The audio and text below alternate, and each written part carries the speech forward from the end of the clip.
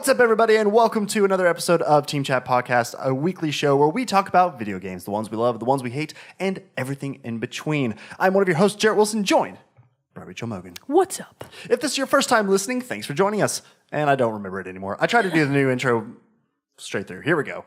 If this is your first time listening, thanks for joining us. You can subscribe to the show across podcast services such as iTunes or SoundCloud, as well as our YouTube channel, where you can watch the video version of each episode. Have thoughts, questions, or suggestions? Email us at teamchatpodcast@gmail.com or find us online at Twitter, Instagram, and Facebook.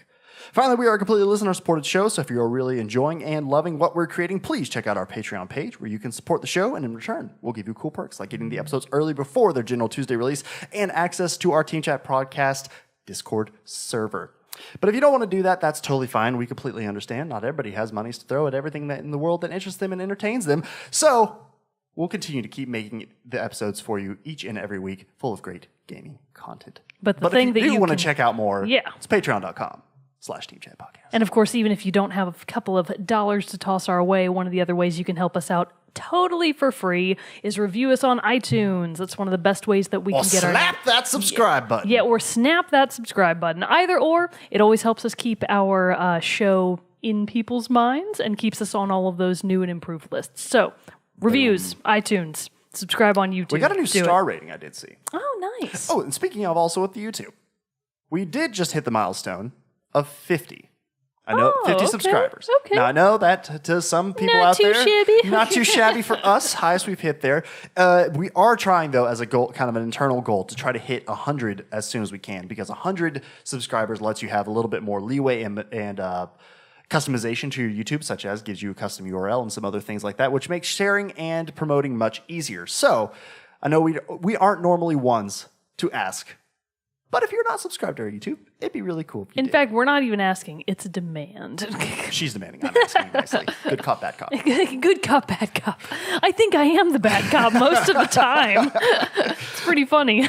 All right, well, before we get into the normal topic and all that, we do have our news. What's coming out, or bigger news stories from the gaming community. Tons of stuff happened while we were not recording. Cliff Bleszinski's Boss Key Productions, which... This one made me sad. Yeah, this one made me not even sad at all. So Boss Key Productions from Cliff Bleszinski. Cold heart. Yeah, cold-hearted. He did Lawbreakers and Radical Heights and was previously one of the ones behind the Gears of War series, has announced it will be shutting down. So the games that they were making just weren't... Boss Key, not Gears of War. Yeah, no, Boss Key. Okay. That's what I said.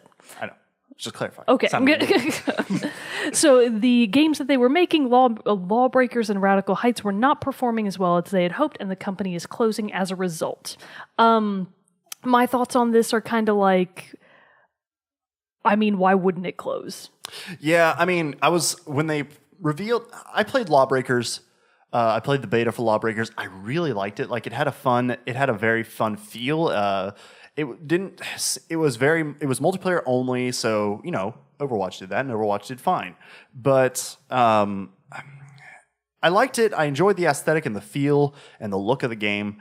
But at the end of the day, when the game came out, and then it was like immediately the player base was just not there, and I had other things to play at the time, so I just didn't get into it. And then very quickly, the player base dropped even more. And so I was like, ooh, that's just not very good. I'll be interested to see what they do. And then, yeah, they just came out of nowhere with Radical Heights, which is going to be their take on the Battle Royale. And same kind of thing. Like, it came out and reviews were not, they were like, okay, but not anything to be like, this is outstanding and worthy of your time. Definitely not something that's going to take on Fortnite and PUBG. Yeah. And so that's kind of sad to see a studio close. And hopefully everyone affected by it will be able to pick up new work. You know, Cliff Bleszinski did say that he'll be coming back. You know, he's taking time off, but he's going to come back, which... So I have a conspiracy theory. You ready for this? I think it's a little unusual that we just got a basically leak that potentially Gears of War 5 may or may not be coming out. And then all of a sudden, I'm sure that they're not super related, but my theory is that maybe Boss Key Productions was already not doing good. And they were already thinking, you know, we're probably going to have to close the studio. And then maybe Bleszinski gets a call from Gears of War team, and they're like, hey, what do you think about... Is over there being like, what do you think about coming back? So, like, my conspiracy theory is that Gears of War 5, whoever is currently in charge of that, may have approached Bleszinski about coming back onto Gears, and that just kind of sped up the demise of Boss Key. You know, that's my conspiracy theory. That's not totally far off, though. I'm putting the threads together, man. Because, I mean, well, Here's the thing, though. If Gears 5 is already enough where it's getting box art and a potential leak, it might be too far along to be like, hey, Cliffy, come help us out. Hey, Cliffy! I'm sure that's what they call him. But still, though, Casually. I mean, that does kind of, I could see where like, hey, Return to Form, if he was, when he was one of the original creators of Gears of War, obviously that game did very well. Gears of War 4 did not, I don't think, perform as well as everybody expected it to either. So maybe they're taking a play out of the playbook of Smooth. whatever you call it, an entry out of the playbook, whatever. We don't know sports here. We don't. Have we talked about really FIFA, don't. Madden, anything? No, we haven't because we don't know it. Also, because those are terrible games. I still like Anyways. FIFA. But anyway, but we don't know what those terms and things are. But anyway, so I'm saying that maybe they are pulling one from the Sony playbook of having Cory Barlog, who directed God of War 2, come back to do God of War 4. So, I'm telling you, I'm right. Breathe some new life. Definitely right about That would be this. interesting to see if he does have some later on involvement. And then in non-conspiracy news, King Games, the mobile development giant behind Candy Crush Saga, just recently Are they going bankrupt because of that? No, but kind of on the sort of on the DL, but not really. They recently posted an opening, like a job opening, for a level designer for Call of Duty. Heavily implying and basically announcing to the whole world that there's a mobile version of Call of Duty somewhere in production. There have been before. I remember that there was a Call of Duty Zombies game for the iPhone that came out. Played it for a little while. It was fun. I wonder if this is now, because they've also announced that with Treyarch doing Black Ops 4 that has been announced, which is supposedly going to be multiplayer only, no campaign, which is a big move for a Call of Duty. So maybe they are looking to it could either be a standalone game or like maybe the new version of the Zombies game, because this Black Ops 4 will have Zombies mode. So maybe they're looking to this company, to King, to be the developer of the Zombies mode, or possibly they're developing the companion app for the game. Because a lot of video games like Destiny 2. My theory like is that Call of Duty is moving to an exclusively mobile platform. I think they're going to give up consoles and PC forever. It's only iPhone now. It's an exclusive. It's my official prediction. I'm definitely right about that. And then in other news, and this one's actually really fun. So Nintendo did announce that they're going to be doing a free demo, what they like to call, in Splatoon terms, it's called the Global Test Fire. They're going to be doing one for Mario Tennis Aces. Ooh. So from June 1st through June 3rd, so just one weekend, that's a Friday through a Sunday, June 1 through June 3, you'll be able to get your hands on Mario Tennis Aces demo. I'll play that. The demo will consist of both offline and multiplayer modes with an incentive for online players. You'll be able to unlock a small tournament between demo players in which winners will unlock more characters to play as and earning points in the demo. Otherwise, the 4 basic starting characters are Mario, Peach, Yoshi, and Bowser. Nintendo has announced but Nintendo has not yet announced who else players might unlock through the tournament mode. And anyone who plays the demo, either offline or online, will unlock Mario's classic outfit in the main game when it actually hits on June 22nd. So that's a little bit of incentive for everyone to pick up the demo. And then in weird news that I found that I was just like, what in the heck is going on here? You may or may not remember, a long time ago, we talked about a weird AF game called Zone of the Enders. Yes. So Konami has announced that Zone of the Enders is basically getting a new and improved weird port called Zone of the Enders Second Runner Mars, and it's going to be hitting the PlayStation 4, PSVR, and Steam on September 6th. So this port of the Kojima-produced 2003 PS2 game will include 4K visuals, a pro mode setup for controllers, a very easy mode for those just looking for a fancy VR experience, and a 3D hangar and model viewers for those who really were into all of the mechs, because it's like a mech game, right? Right. So I looked at the video about it, and I was like, that looks pretty awesome. You all about because it? I feel like Zone of the Enders is one of those games that we rented it. Yeah. I rented it from Blockbuster way back when I had no idea what it was. And I feel like it's the kind of game where I understood nothing about what was actually going on. I just knew that I liked it and that it was really cool, like just a painfully cool game that was really all about the gameplay. And the mech gameplay is top notch. So when it comes out, I actually might pick it up. I might snatch it up for PS4. So I'm looking forward to that. Because VR is not Because going it's away. officially going away. No, it's really yeah, not. it's definitely 2018. Death of VR, everybody. That's going to be the soapbox you die on. And then out now and coming soon on May 22nd, so the air date of this episode, you'll have Ancestors Legacy for Xbox One and PC. You'll have the Mega Man Legacy Collection for Switch specifically. You'll also have Runner 3 on Switch and PC. You'll have Space Hulk Deathwing Enhanced Edition for PS4 and PC. You'll have Tennis World Tour. How unlucky that another tennis game is coming out in the year that Mario Tennis Aces is coming out. Everybody's going to save their pennies for that Mario Tennis. Unfortunate. So Tennis World Tour, give them your money while you can on PS4, Xbox One, Switch, and PC. All of those May 22. And then May 24th, we have Dylan's Dead Heat Breakers for 3DS.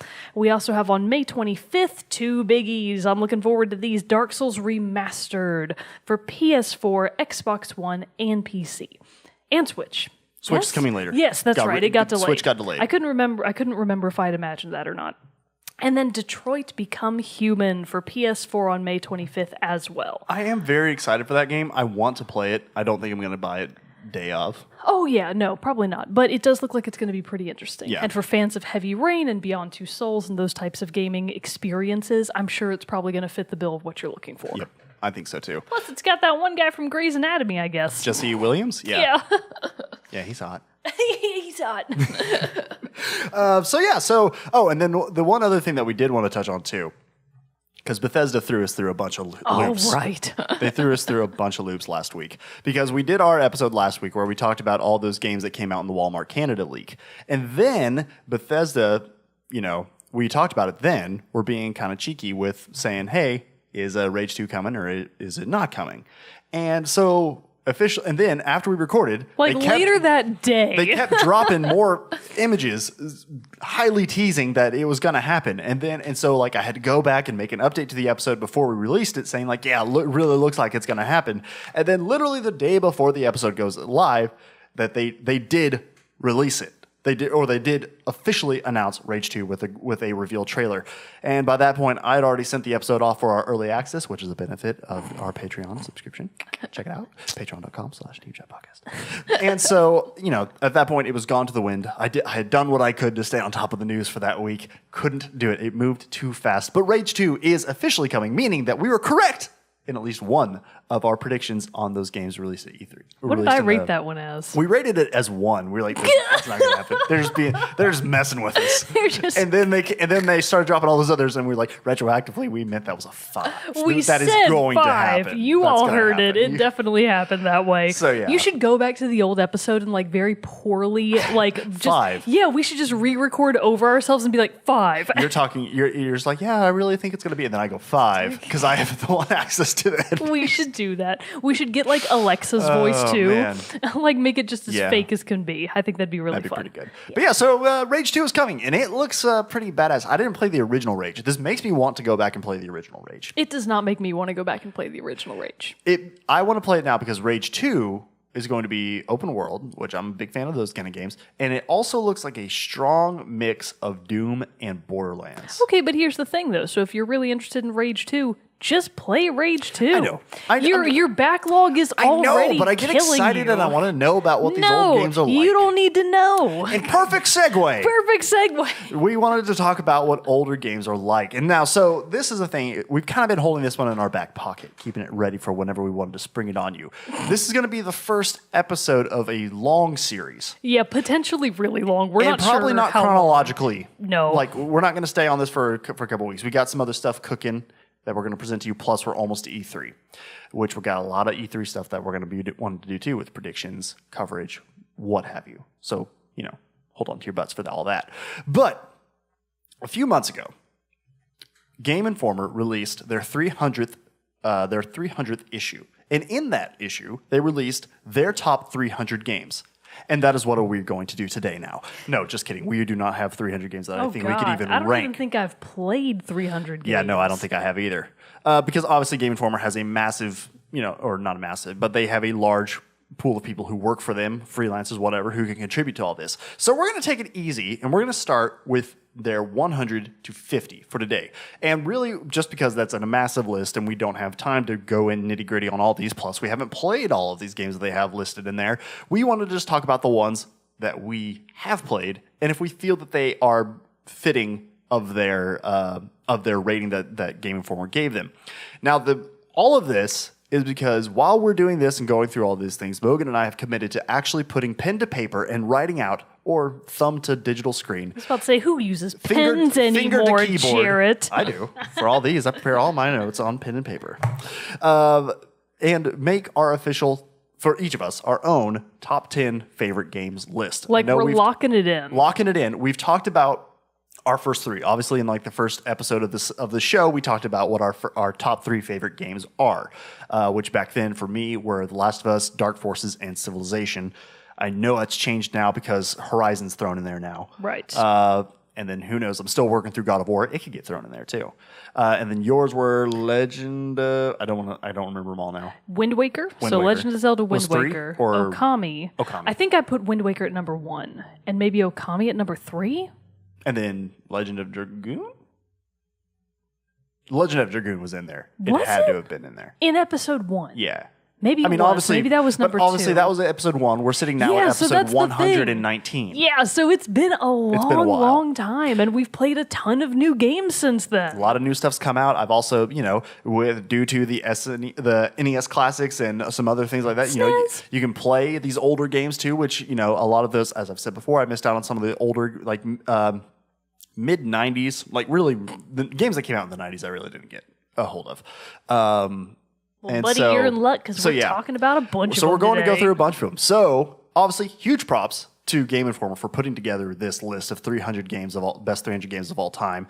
I can't even imagine how long that took to do. Congratulations on them for reaching 300 issues. They're now like issue 302 is about to come out, I think. I bet that some of these, they were just like, blah, we'll just pick something. And they just slapped them in there. Obviously, some have more detail in here than others. I bet their editors were like at each other's throats. Oh, I'm like sure. about to especially like the last top 10. God. Yeah. Whew. Yeah. So our goal is to get through the first 50, from 100 to 50. If time starts going long, we still try to keep these about an hour. We might have to cut it off earlier than that. But here goes nothing. All right. 100. Number 100, way more about it. I do, though, want to give a shout out to number 101. I know, I'm already breaking the rules. Star Wars X-Wing. That was a cool game. I liked that game. I'm going to go on ahead and give it a thumbs down and say it deserves to not be on the list. Well, it's not on I'm not saying it's in my top 10 or anything like that, but I mean, it was a fun game. That is one thing I will say I miss about old, like mid-90s computer gaming and stuff like that. That a lot of these things, if they were like flight simulator things, that you played it with the joystick. And a lot can be said. That is pretty cool. And that was one that you could play with the joystick. And I remember playing that one at a buddy's house. It was a lot of fun. So shout out to Star Wars X-Wing, number 101 on the list. But 100, way more about than I do. I know so and I've much. played a mere scraping of the amount of time that you've spent in this game. So why don't you start us off with number 100? So number 100 is The Legend of Zelda Breath of the Wild. So of Which, course, quite honestly, first reaction to that, I was amazed. I was amazed too, not because I think it's placed so low. Like, in comparison to the rest of the list, this is the one that I'm like, ooh, they just got it like wildly. Man, you're dropping all these puns today. Puns! I think they got it really wrong. Like, and that's even being said with, I have my own issues with the game. Yeah. I thought the story was pretty weak. There were a lot of things about the gameplay mechanics that I didn't especially like. All that to be said, I think this could have easily been, at the very least, in the top 15. I really thought that's where it was going to be, too. I thought it now, could, granted, just due to the fact of the reception that it got and the praise that it's received. Now, I'm playing through it, too, obviously at a much slower pace than you have, and having not really played many other Legend of Zelda games in the past, I'm finding it hard to grab me. Well, like, I'm enjoying it. I like the game. It's one of those things I have to get into it. Yeah, you need to marathon it. I can't just be picking it up for like 10 minutes, 10, 15 minutes, play for a little bit, and then put it down. It's like one of those, one of the last times I played it was on a flight, and I was like, this is perfect. I'm playing it for a while. I actually made solid progress, and I felt more into it. But at the same time, I can't do that with other games, and I stay with them better. So I was surprised due to the reception and critical response that it was not higher. Yeah. My own opinion, it kind of feels right. Well, you're objectively wrong, just empirically incorrect. And But that's the point of what before we talked about this. slap each other in the face. We talked about this before we started, that this could cause issues. Not only because it's going to reveal the mass amount of games that neither of us have played, but I figured a ton it's of these gonna, we have not played. I figure it's going to also spark some Okay, interesting first of all, debate, though. one quick caveat. A game that we were definitely going to blaze over, Madden NFL 2004 made number 97. That objectively does not deserve to be higher than Breath of the Wild. That's literal BS. I'm like mad. Frogger from 1981. Frogger from 1981. Come on, landmark early video game.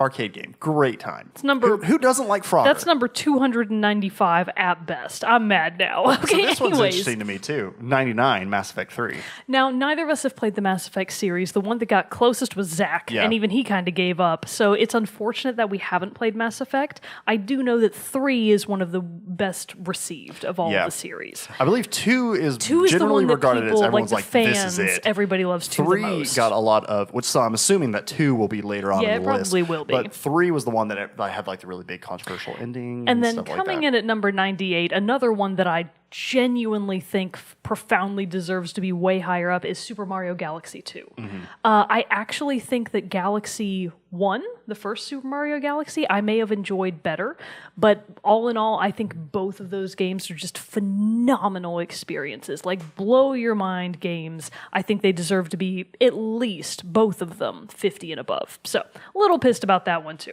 We'll just move on then. Yeah, we'll just we're moving right on. So, yes, we need to be sure, though, that we remember to say the numbers of all We these. do. So Super Mario Galaxy 2 was 98. Doom 2 came in at 95. We're just kind of skipping along as we move Yeah. along here. Because these are, Pokemon- if we're yeah. skipping over it means we probably haven't played it. Yeah. Spoiler alert. Yeah, a bunch of games that we haven't played.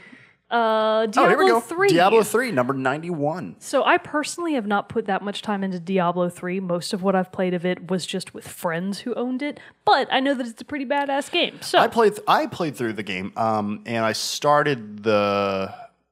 Here's the thing, I really enjoyed Diablo 3. I've tried my hand several times at Diablo 2 and just keep getting distracted and forgetting to go back and play it. But Diablo 3, I played from start to finish. First Diablo game I had played from start to finish, and I've even started and going back into the expansion packs that they had. I'm actually not which I'm sure I knew that now- about you. Yeah.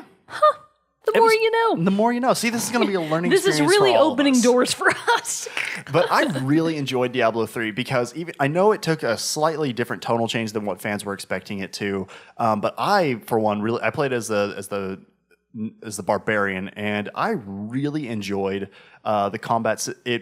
The combat, the feel, the exploration. Obviously, the loot is really great. That was like one of the biggest things about Diablo is that you never know what you're going to get, which is a big draw for a lot of people, especially with games like Destiny and stuff like that. But honestly, I would rather play a game like that in the Diablo setting than in the Destiny setting. Yeah. And so I just really enjoyed how even though you're doing these ridiculous things, slaughtering tons upon thousands of monsters. Tons upon thousands. That's a real because some of them are really metric. big and they weigh a lot, and you're going to kill them. But then there are a bunch of little tiny ones. So tons upon thousands, it stands. You I'm allowing justified it. You justified it. that you get to kill these, and they made it feel like you felt it. If that makes sense. And additionally, this You is felt something powerful. you felt powerful, and so this is something that only a true fan of Avatar: The Last Airbender would only be able to appreciate.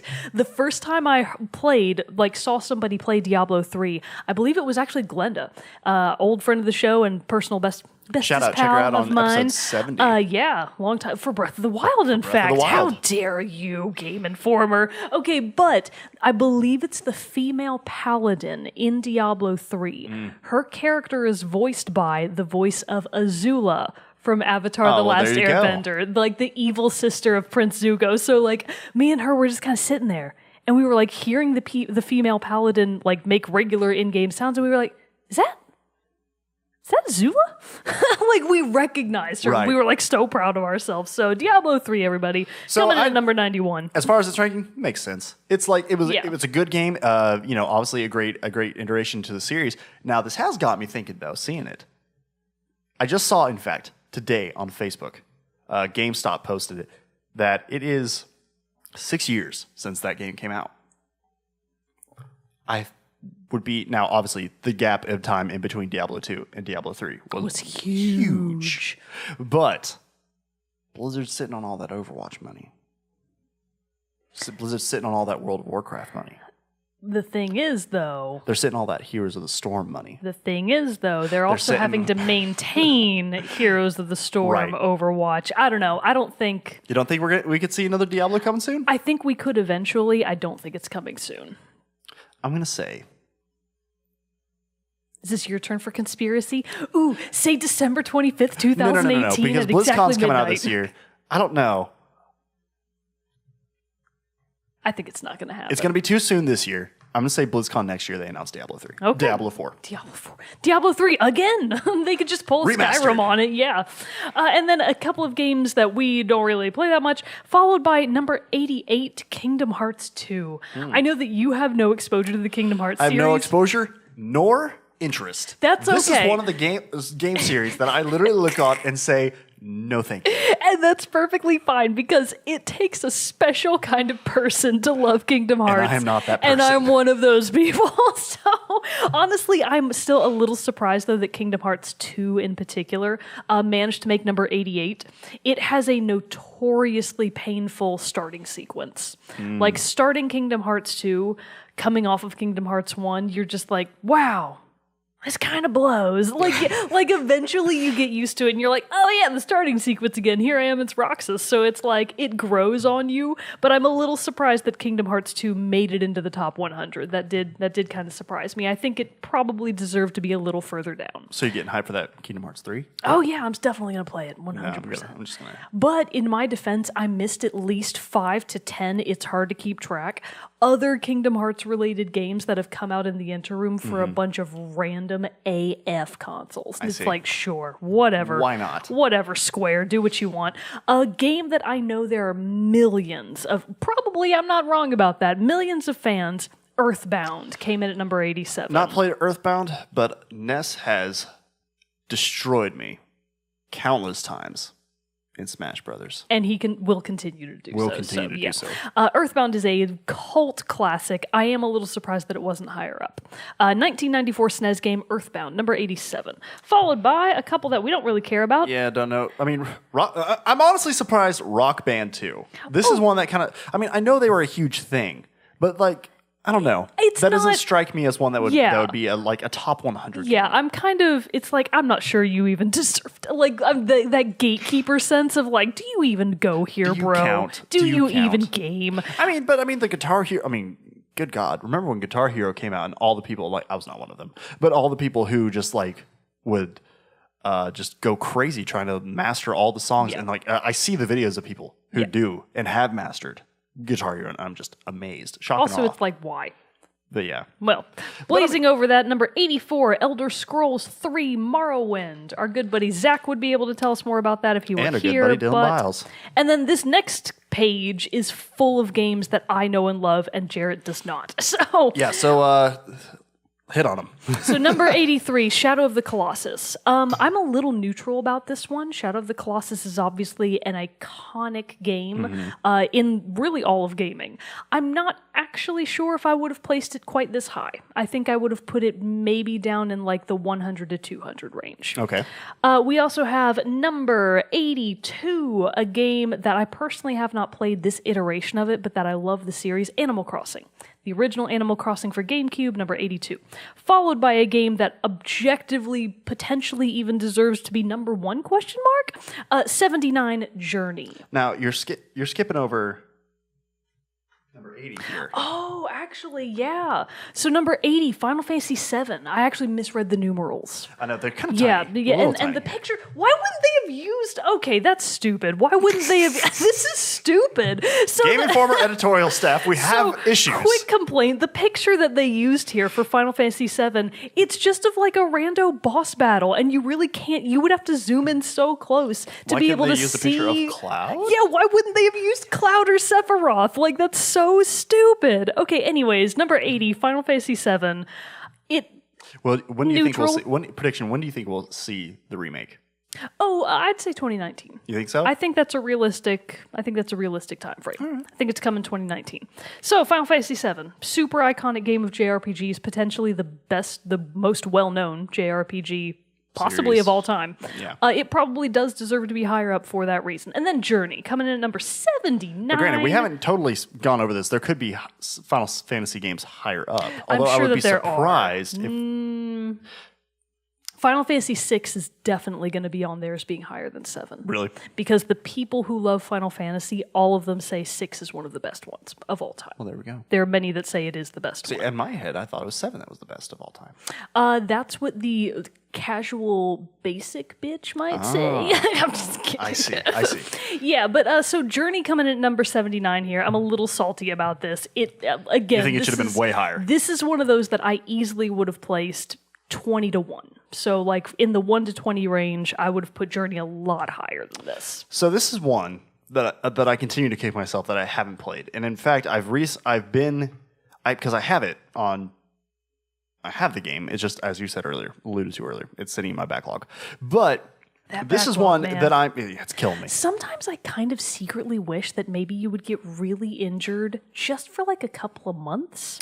But How like injured to are where we you would talking still about? be okay. Yeah. And where like the hospital could use experimental procedures on you. Like so I that, voluntarily Yeah, so that you wouldn't have to pay put for myself any of through it. how about I put myself through a study? Not like I study. get that's Yeah. like they need like, hey, we need someone to monitor someone who plays games for But like that way days you'll on just end. basically be out of commission for a like, I'm while and there. you'll get to blaze through your backlog. That would be great. That's what I That would want be to great. happen. Because For this is you, one friend, that for obviously you.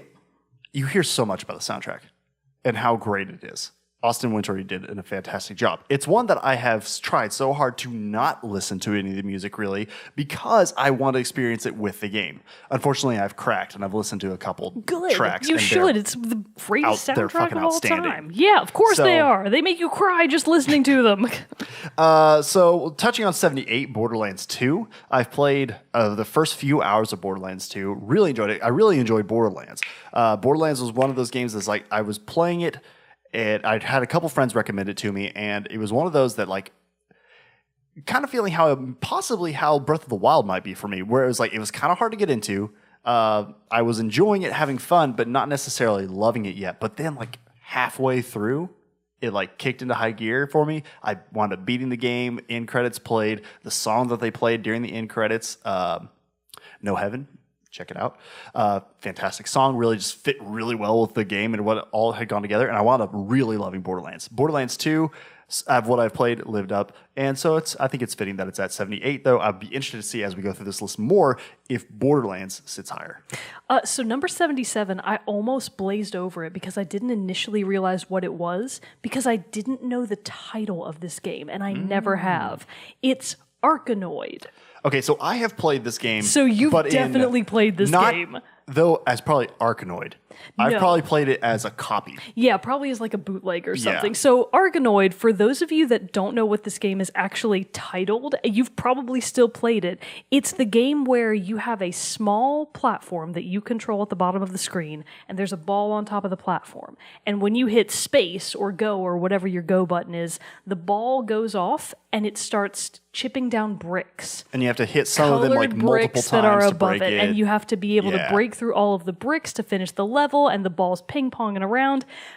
Fantastic game. Genuinely don't think it deserves number 77. So this is the thing that I can't. This is like what would make compiling a list like this so hard. Like, where did this one come from? And how did and like getting it? I mean, I understand these older games. Like a big plus for them is that they laid the groundwork for the things to come. They laid the groundwork for our Breath of the Wilds and Yeah. things like that. But still, it's so interesting to me that like to be able to, because as one who was not even alive in '86 when this was, Actually, I wasn't either, and I still played the game. Well, I no mean, like excuses, I said, Jerrett. I played other versions of this, but still, like a game that came out, it's harder for me to like sit here and be like, like Frogger. I had fun with Frogger, but is Frogger on the same par to me as The Last of Us? Hell's no. No. And so, frankly, I'm not sure that any of those, I mean, in modern gaming terms, Right, right. I'm not sure any of those deserve quotation marks Yeah. to be here. But anyways, moving right along, Dr. Mario came in at 76, followed by one that you know. 75, Assassin's Creed Brotherhood. So I am very interested to see if I will say We've scanned through this list a little bit, but there are also 300. I don't remember every single one. And I'm trying to keep a little bit of suspense here for myself. But Assassin's Creed Brotherhood was the second game to feature Ezio Auditore, who is my favorite character of the Assassin's Creed series, followed very closely by Bayek from Assassin's Creed Origins. Good. So it's the second game that he came in. Really enjoyable. It threw in a couple different new things. Like you had all these, you interacted a lot with Leonardo da Vinci and his inventions. And there was these series of missions built around going back to recover his inventions from Caesar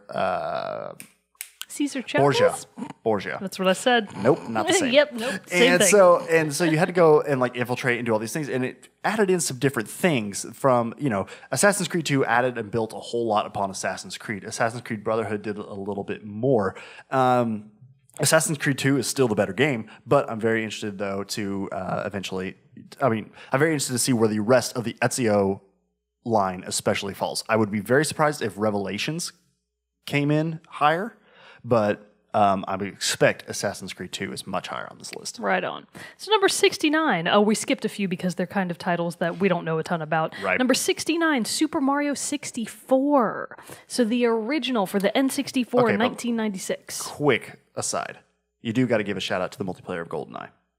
We haven't gotten there yet. It's 60. Oh, shit. I'm sorry. How dare you interrupt me, good sir? I'm sorry. I apologize. Can't you count backwards? This is the layout. I'm confused. Oh, no, yeah. The layout they used here is just poop tier. It's terrible. So anyway, 69, Super Mario 64. Informer, I'm sorry. Yeah. So I will say that Super Mario 64. As much as people extol 64 as being the iconic Mario, I kind of think that this is correct. I think that this is a pretty good spot for it. I think that's honestly, kind of where 64... Honestly, it should have probably been number 64. Yeah. Should have been.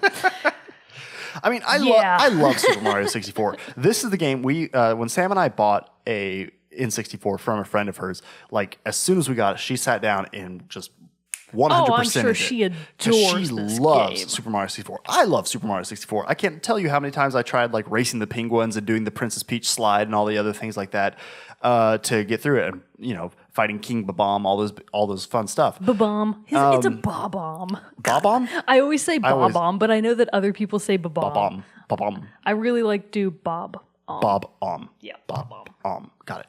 And so it was probably one of the games that I did play more of in my childhood and stuff, and still would pick up and play sometimes here and there. It's great. I like it a lot too, because especially of how the influence is definitely felt in Super Mario Odyssey and other Super Mario games of the series. I mean, really, 64 did to platforming what no other game has probably done since then, because it was a turning point. 64 was absolutely a turning point in gaming. It made Mario this 3D world. Yeah, it did. It took it from the side-scroller platformer to this 3D platformer. 64 is where that change happened, and it affected all of gaming since then. Yep. That being said, I think that it probably does deserve to be at least a couple ticks up over number 68, GoldenEye 007. Boo. And number 67, the original Deus Ex for PC. I have tried so hard to get it. Now, as I've said before, I play on a Mac and all that stuff, so not as much availability of some of these older games. I've been desperately wanting to find the original Deus Ex and be able to play it. No, it looks like him. Actually, that looks a lot like Schwarzenegger. Kind of looks like is Albert Wesker. Who's that? From Resident Evil, Resident Evil 5, 6. You should look up a picture of Albert Wesker. But anyway, I've been wanting to... Oh, he's from 5? Yeah. Oh, no wonder I don't know. He might be in the previous ones, but 5's the first one I started. No, I definitely don't know who it is. But Deus Ex is one I've been wanting to, because I've enjoyed so much Deus Ex Human Revolution and then Deus Ex Mankind Divided. And I know there are Deus Ex, a couple other Deus Ex games in between, but I've wanted to go back and see what the original was like. See, this is why you can't play any games, because you keep getting sidetracked. Because I want to experience the past and the present. Negligible experiences I want to know it Deus all, Ex for it. That's number 267. Number 67. So these next two, we're just going to briefly touch on one, and then I'm going to harp on about how somebody should be able to talk about the next one. So number 66, the original Super Mario Brothers. That's probably pretty accurate. Know. I'm kind of surprised. What's their reasoning? Their reasoning is many credit Super Mario Bros. For saving the gaming industry after it suffered the great collapse of '83, carried the NES into millions of households across the world, and introduced us to the Mushroom King and Bowser. Mario found his success with Donkey Kong, but this game catapulted him to mascot superstardom. The game also holds up remarkably well. It does, that is true. It holds up very still well. A ton of fun play. Standing as a shining example of expert video game design. Again, I agree with all of that. I think that this is probably a pretty good spot for it. I would have thought it would maybe have hit in the top 50. See, I was actually thinking that 64, I think I would have swip-swapped these. I would have put Super Mario Bros. At 69, and I would have put Mario 64 at 66. I realize that's a super negligible flip-flop, but just personally... But it still puts one in front of the personally, I would have just swip-swapped those around a little bit. And then one that I wish we could talk more on, Halo. The original Halo. Halo Combat Evolved, they put it at number 65. I'm not a big fan of Halo. I still think this should be a lot higher. I would not disagree with you on that. I agree, because now Halo obviously has spawned a massive franchise that's still going on. And Halo Combat Evolved did a huge part in laying the groundwork of especially multiplayer online. Absolutely. So my thing is, I think it deserves to be higher because I feel like Combat Evolved brought the first-person shooter experience to more people than had ever played that kind of game before. I agree, And definitely. Halo made Xbox. Oh, yeah. Like, Xbox would not be shit if it weren't for Halo. And not only does it introduce these great gameplay mechanics, but obviously, as like Zach's talked about tons. Zach, I know. where are you, my bro? But of the great character of Master Chief, the struggle of the story, the fantastic story of Halo. Not only the overall story of the series that's had its ups and downs, but just of the story of Halo Combat Evolved is a great time and a great ride. Absolutely. And I'm kind of surprised it's only at 65. Considering how much people love this game and the impact that it had on the industry and on Xbox at large, I really think that this probably deserved, at minimum, 40 and up. I was gonna say top 25.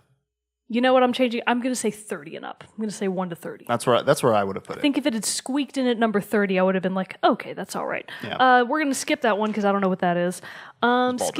Skip.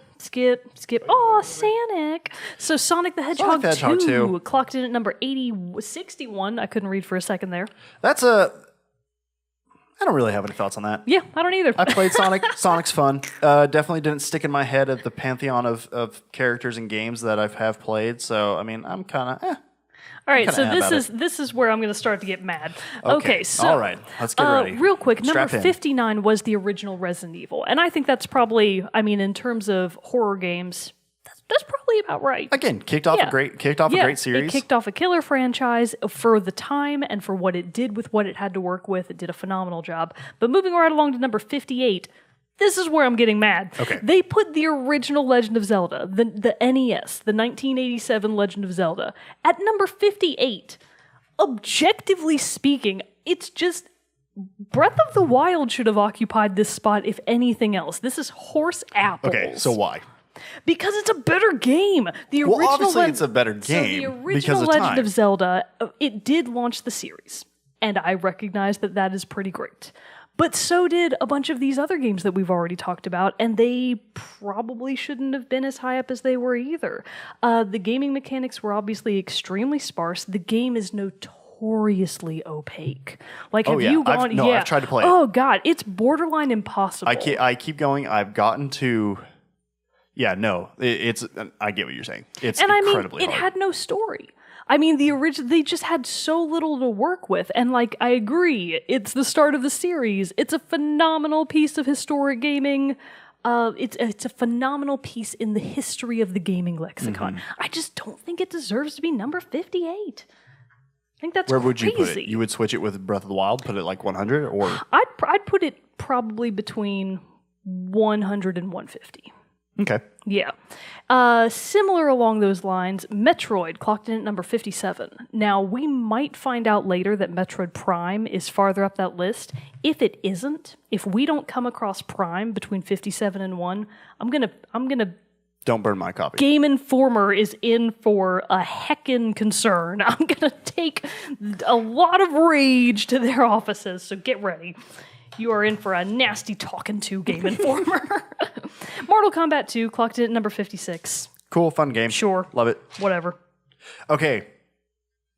This is one you probably want to talk about, right? I do, but it's also one of my big gaming regrets. Really? Oh, expand on that, good sir. So Number 55, Star Wars Knights of the Old Republic. Gasp, shock, and awe, 55. So Star Wars, obviously, I'm there.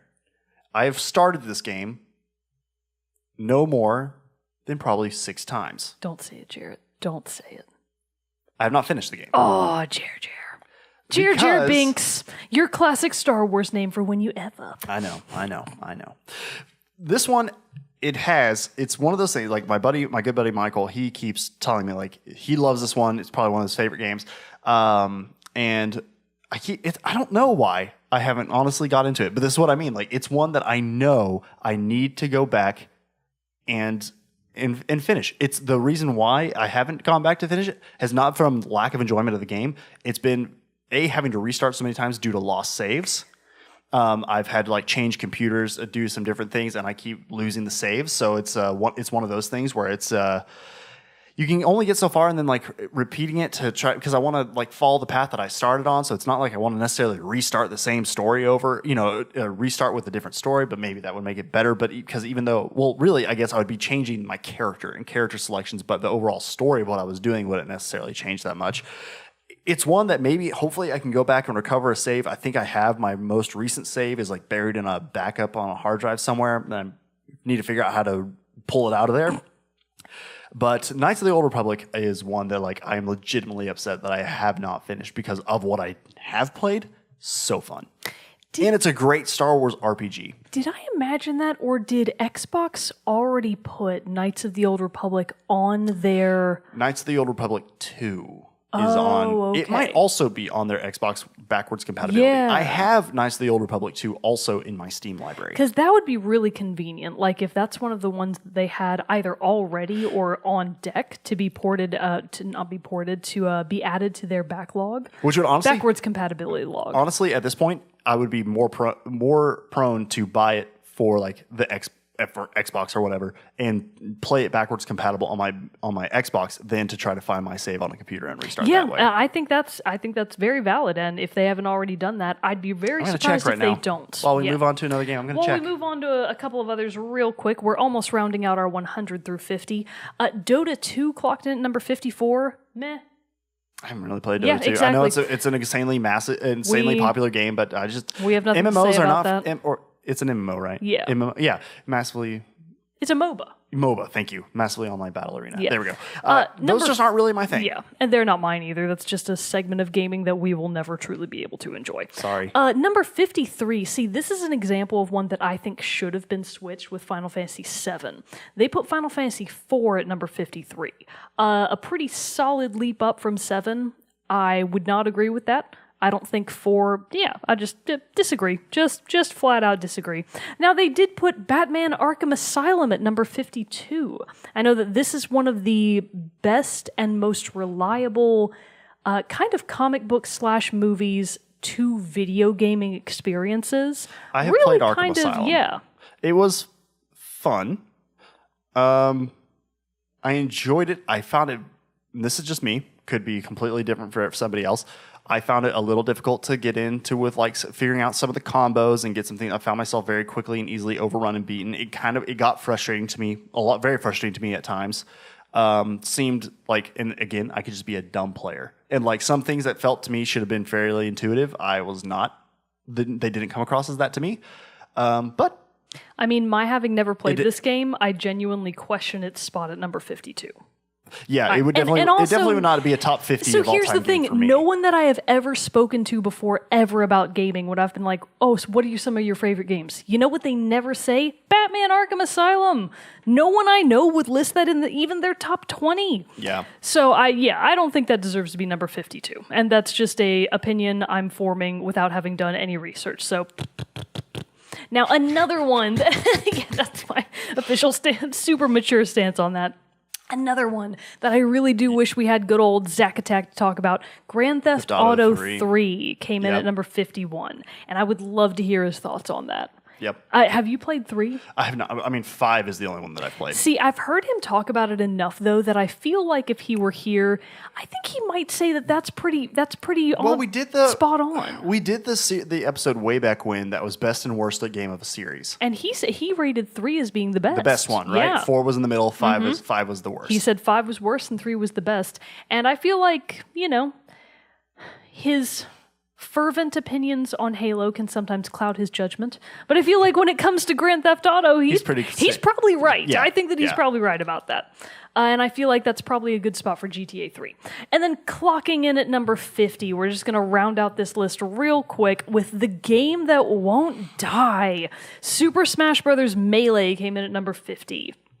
I feel like that's probably pretty accurate. Of course, this was the GameCube 2001 edition. People still religiously play Melee. People are still out there going to Goodwills around the country to get CRT. What is it? CRTVs? Yeah, I think you're right. Yeah, CRTVs. The old, The curved screen ones, which is the optimal the big, huge box way. Ones yeah, that the we big used to huge all box have. TVs, which is, according to the pros, the optimal way to play Melee. I mean, people love and would die for this game. So I'm interested to see if Smash Brothers 64 is the original Super Smash Brothers is higher on this list, because I mean that's the one I've played more than any. I actually think I might have missed Melee, just because I didn't really have many friends who had GameCubes. I didn't have a GameCube. We did have a GameCube. And then obviously when we and Super Smash Brothers Brawl came out, like that's what I played a lot more of too. Although I still preferred the original over Brawl. I found the controlling it using the Wii controllers to be very confusing and difficult to get a hang of. Well, Brawl in and of itself, its reception definitely, at least to my knowledge, was not as good as Melee Suffered a little. or even the Wii version. Yeah. Excuse me, the Wii U version. My bad.